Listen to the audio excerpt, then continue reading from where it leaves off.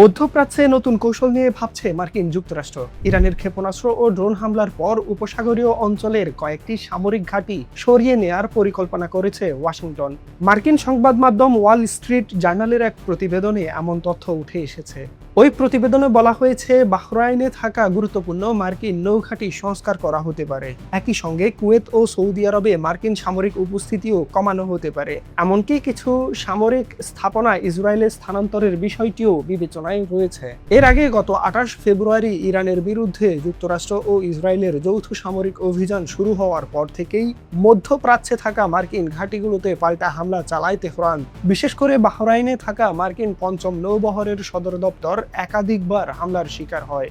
এদিকে যুদ্ধ নিয়ে মার্কিন জনমতে পরিবর্তন এসেছে। কুইনিপিয়াক বিশ্ববিদ্যালয়ের এক জরিপে দেখা গেছে 60% মার্কিন ভোটার মনে করেন ইরানের বিরুদ্ধে সামরিক পদক্ষেপ লাভজনক হয়নি। আর 61% বিশ্বাস যুদ্ধবিরতি চুক্তি হলেও ইরানের পারমাণবিক কর্মসূচি পুরোপুরি থেমে যাবে এমন নিশ্চয়তা এখনো নেই।